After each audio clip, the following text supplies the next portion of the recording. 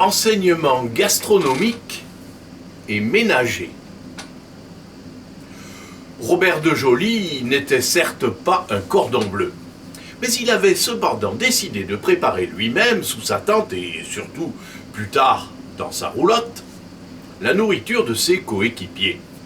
Il leur rendait ainsi un fort grand service car beaucoup d'entre eux se montraient particulièrement négligents sur ce sujet.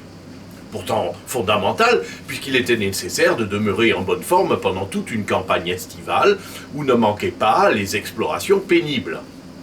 Gratuitement, le président dispensait donc sa science culinaire et ménagère, puis, pour une somme très modique, assurait une subsistance relative. Bien sûr, une boîte de lait condensé devait servir au moins pour 12 petits déjeuners, une minuscule boîte de miettes de thon était pour 4 personnes, il était rare qu'il n'y ait pas au moins un plat de nouilles ou de spaghettis par jour, et si ces pâtes alimentaires étaient absentes, c'est parce qu'il y avait des pommes de terre bouillies. Les soirées où tout le monde était épuisé, il pouvait arriver que l'on ait droit en supplément à une noix de beurre, avec la recommandation expresse de ne pas manger en une seule bouchée cette ration exceptionnelle. Heureusement que le pain et l'eau étaient à volonté, ou à peu près. Mais le triomphe du chef était son potage, que l'on dégustait souvent en guise de dessert parce que l'on avait tout dévoré avant qu'il ne fût prêt. Cela consistait généralement en la réutilisation de l'eau de cuisson des pâtes ou des pommes de terre, agrémentée d'un peu plus de sel et d'un demi-cube, exigé le cas, pour 4 participants au festin. Bientôt, cette préparation acquit une véritable célébrité auprès de ses consommateurs sous le nom d'eau bouillie modèle de Joly. Ce dernier faisait semblant d'être furieux d'une telle offense à ses talents culinaires et brandissait parfois triomphalement une nouille échappée à la passoire pour retomber dans le potage, preuve manifeste, selon lui, qu'il avait vraiment mis dedans plus de choses que nous n'en méritions. Si l'on voulait le fâcher vraiment, et certains de ceux qui avaient encore très faim après le repas ne s'en sont pas souvent privés, il suffisait d'avoir l'air de réfléchir profondément et puis de déclarer d'une voix inspirée « Ça y est, j'ai trouvé ce qui manquait pour que l'eau bouillie devienne un régal. Quelques gousses d'ail. » « Quoi ?» explosait de Joly. « Vous ignorez que l'ail est un des toxiques les plus violents qui existent ? Si vous voulez, vous empoisonnez-vous à votre guise, mais vous irez le faire hors de ma roulotte et vous ne reviendrez pas près de moi avant au moins 48 heures. » Il est exact que notre cher président avait un extraordinaire flair sélectif à cet égard. S'il pénétrait dans un restaurant où flottait un vague relent d'ail, il faisait vivement demi-tour, claquait la porte et proclamait bien haut qu'il n'aurait jamais cru que des collègues présumés estimables voulaient sa mort en le traînant dans une gargote aussi infâme. Il lui est même arrivé de quitter précipitamment la table où l'on venait de lui servir une superbe tranche de gigot piqué de gousses d'ail, comme il se doit. C'était pour lui plus qu'un dégoût, c'était une puissante allergie. Sur le chapitre des boissons, et quoi qu'en ait dit de méchantes langues, de Joly était plutôt coulant. Il autorisait avec une folle prodigalité à chacun à se servir très largement au robinet d'eau auquel aboutissait le réservoir de la roulotte. C'est seulement lorsqu'il constatait sur son indicateur de niveau que l'on approchait de la limite de sécurité, c'est-à-dire une journée de boisson en se rationnant, qu'il devenait intransigeant et déclarait que l'orgie avait suffisamment duré.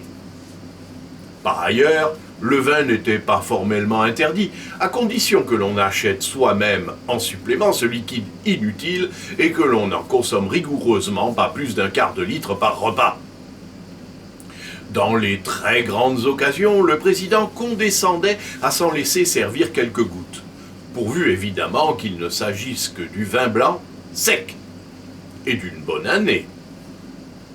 Mais comme il lui est arrivé quelques mécomptes, il finit par manquer de confiance et par transporter dans sa poche une minuscule bouteille renfermant sa propre ration de nectar. Il la plaçait devant lui très ostensiblement, même lorsqu'il se trouvait invité à une excellente table. Quant aux alcools, il ne pouvait en être question pendant les périodes d'exploration. La décision était absolue, sans appel et définitive. Si De Joly assumait sur le terrain les fonctions de popotier, il ne voulait tout de même pas s'abaisser à celles de plongeur. Par ukase présidentiel, approuvé à l'unanimité par ses collègues, à l'exception évidemment de l'intéressé qui n'avait pas de droit au vote, la vaisselle revenait au plus jeune coéquipier.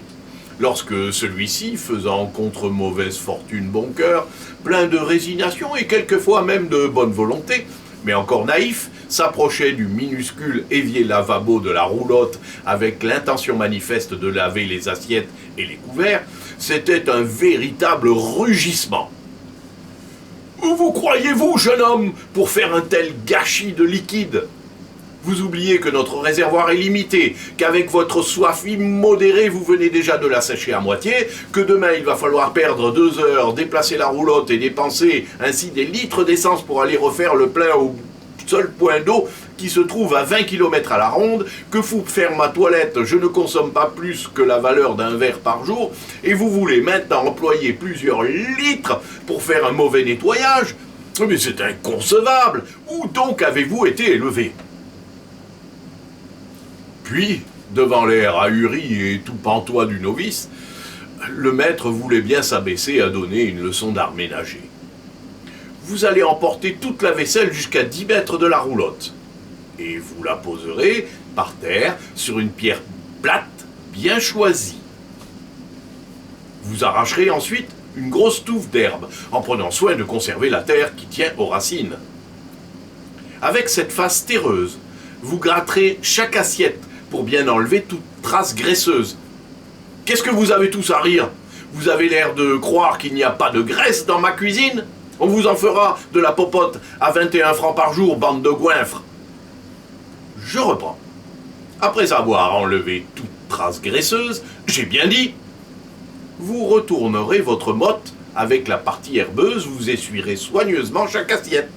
C'est seulement quand vous aurez achevé ce travail et que la vaisselle sera tout à fait propre que vous reviendrez à l'évier. Là, vous ferez couler l'eau chaude, sans excès.